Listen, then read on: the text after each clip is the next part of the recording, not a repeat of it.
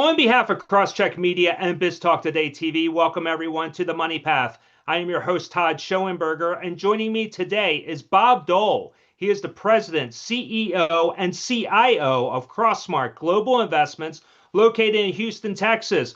Bob, I get a lot of experts coming on the show with me, and they tell me that things are great in the stock market. It just continues to persevere despite the headwinds that might be coming out of Washington, geopolitical issues, etc. Yet you put out a note recently talking about that we're in a high risk bull market. These analysts are telling me stocks are going to continue to rise, but what do you think is going to happen? Yeah, so the bull market part of that carefully chosen phrase, Todd, is the path of least resistance is higher. You've got to be involved. The high risk part says, but valuations are very high, speculation is creeping in. So don't go too far from your portfolio. I don't advise going on a 90-day climb in some mountain somewhere where you can't be in touch. So be involved, just be very careful what you own and watch this speculation. So you mentioned high valuations though, and let's expand on that a little bit because right now it seems that historically speaking, stocks are actually likely placed where they should be. I mean, do you believe it's just because we've had a bull rally for so long, the third quarter was so great that now is a time that it's just going to pull back, or is there a real justification for it? So the high valuation comes from price to earnings, price to book, price to sales, EBITDA, EV to EBITDA, six different measures that are all relative to history in the top decile of historical Okay. valuations. Now, you and I both know valuation is not a timing tool. All valuation gives you a sense of is your risk reward. Now, long term, we know when valuations in the past have been at these levels, subsequent 3, 5, and 10-year returns are pretty puny. Doesn't mean stocks are going down tomorrow morning. It just means there's higher risk out there. Look, have new things entered the picture around trade and China problems? Yeah, and that's created a little more turmoil over the last week, if I can be short term about it. But we still think the path of least resistance to follow through is to the upside. You've got to be invested. Well, you are referencing what happened on Friday when the president came out and talked about, quote, massive tariffs on Chinese imports and sent stocks reeling. We were down 2.7% in the S&P, and that volatility is actually carried over into this week. But with that, though, I mean, the tariff argument was always that we were going to have very high inflation. It was going to really impact consumers and therefore earnings. I know it's early in the earnings season. We just saw the bulge bracket banks report over the last 48 hours, but so far things are looking pretty good. I mean, what's your outlook for the earnings season? Yeah, there's no question that earnings so far, it's early, as you point out, have been quite good. The banks have given us unbelievable earnings. Yes. The question is that all sustainable? Now, uncharacteristically, analysts during the quarter, the third quarter that is, move their estimates up. Usually during quarters, estimates move down. That they've moved up and the market's moved up just means their hurdle rate's a little higher. So our view is earnings are going to be good this quarter, but I might say it this way. For the market to trade at these kind of multiples, earnings better be good. There's not room for disappointment. So let's flip the page here. So in your commentary with Crossmark Global, you had mentioned about the weakening labor market. You have you're putting out metrics that really are quite concerning right now. What is your outlook though? Because now with the immigration policy out of the White House, it does give the impression that we don't need a six-digit gain in jobs each month. But what's your opinion right now as we move forward into the fourth quarter? I think you nailed it. Normally, we think of you need like 100,000 jobs a month to sustain the unemployment rate at wherever it is a point in time. I saw one report recently that said you only need 30,000 new jobs. And the main reason is just what you said. Nobody's coming to our country. Wow. We've closed the borders. I'm exaggerating, but you get the point. So I think the labor supply and the labor demand have basically flattened out. In other words, you can see stats that show companies are not hiring, but they're not firing either. They're kind of twiddling their thumbs trying to figure out what's the world looking like? What's it gonna look like? Right, right. So with the markets, as we go into further into the fourth quarter here, you have this is a peak time for shoppers. The American consumer continues to spend regardless of the labor picture, regardless of what's happening anywhere else in the world. What's the outlook like in Houston? Are you getting the feeling that this is going to be a robust shopping season, that Q4 is going to be great, and therefore we're going into 26 on a high note? Or do you think there is that still that high risk, like you mentioned, cautionary tale for consumers? So again, I'll use the same argument. With valuation levels where they are, shopping season better be good. As we know, last season, a year ago, holiday season, spending was up nominal 9%. Estimates are that this shopping season they're going to be up 5%. So presumably retailers are planning for 5, and if they're 5, that's probably okay. But we can't afford to have them come in at 4.8 or 3.2 Hmm. if in fact the expectations are high, which comes back to bull market, you better be there, but just be vigilant and careful that we meet those estimates. Okay, okay. So now let's spin out of this to the Fed. Now you have a pivotal Fed meeting that's coming up. The feeling is that just like they gave us the indication in the last meeting that they will be cutting rates again. My question for you though, and you were an executive, you are an executive now, but you're at Merrill Lynch, Invesco, big firms. How can the Fed come out with a real decision when it meets if the government is still shut down and the metrics aren't coming in? Yeah, great question. And I think, look, we could argue perhaps the Fed is too data dependent. Maybe they should look forward a little bit, not so much Hmm. in the rearview mirror. But look in the rearview mirror, it's a little cloudy because of the absence of the reports. Now, when it comes to labor, you undoubtedly know that the monthly employment report we don't get because they're closed.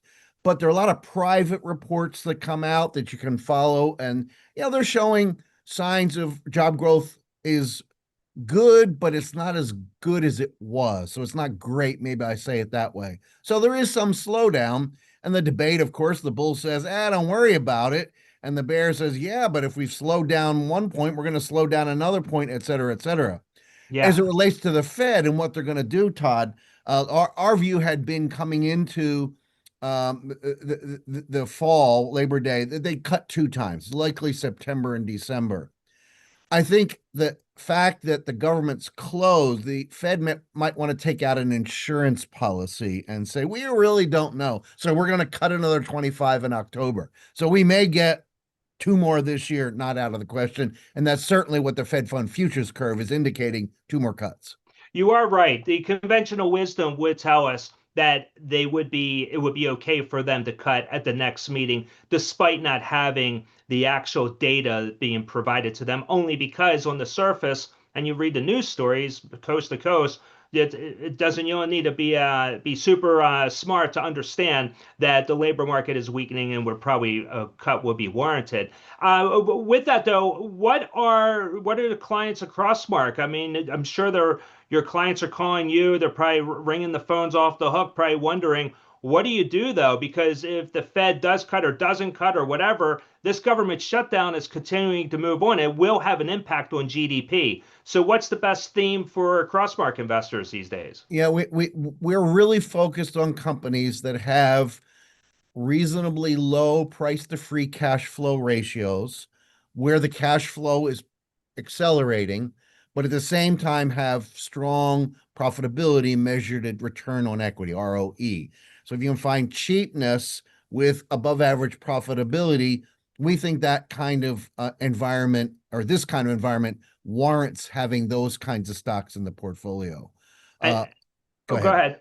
I was going to say, but coming back to the last conversation we just had, inflation has to enter the question mark as well.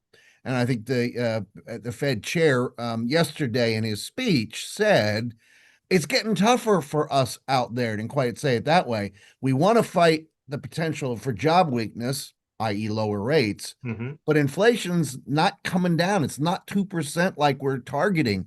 It's three and a fraction and rising. So the Fed's job's getting harder and harder. Bob, what's your opinion on that? Should the Fed just maybe backtrack off of the 2% and stop holding to it? I mean, where did they even come up with the 2%? Yeah. I Well, mean, I that's think they came up with it too because part of the last few years we had almost a decade where it was two, but that's okay. not normal in the United States. I write a weekly investment commentary, and I think just about every other week I say Fed, the inflation rate is not going down to 2% absent a recession. It's stuck at three. And we are a society that is three, and we can live with three. The problem is the stock market, I think, at these valuation levels is discounting 2% inflation. So if the stock market wakes up and says it's not two, it's going to be three, valuation levels probably come in. It's part of the high risk bull market comment we made earlier. Okay. So, okay, let's talk about that a little bit though, on the inflation front, because all the talk was about these tariffs. Liberation Day, we saw, as you know, markets had crashed at that point, and then the fear was that we were going to have super high inflation only because of the tariffs. It hasn't happened yet. Or what's your analysis telling us? I mean, are we thinking that it's just delayed, that we are going to have higher inflation in 26, or do you think everything might be in check? So we were among those who did not think we were getting a high inflation, but Okay. higher inflation, yes. And it's crept up. It got down into the low to mid twos, and now it's over three. So inflation's been creeping up. I don't think we're getting high inflation from the tariffs. I think we're going to get sticky inflation, meaning, you and I could talk months from now, and it's probably going to be closer to three than it is two, and that may bug the Fed.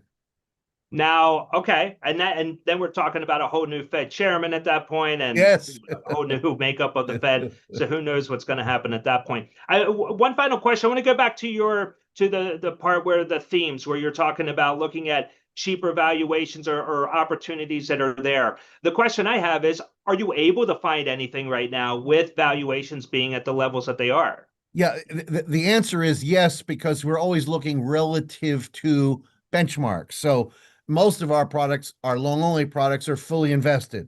And therefore, we're looking for the best combination of price to free cash flow and return on equity.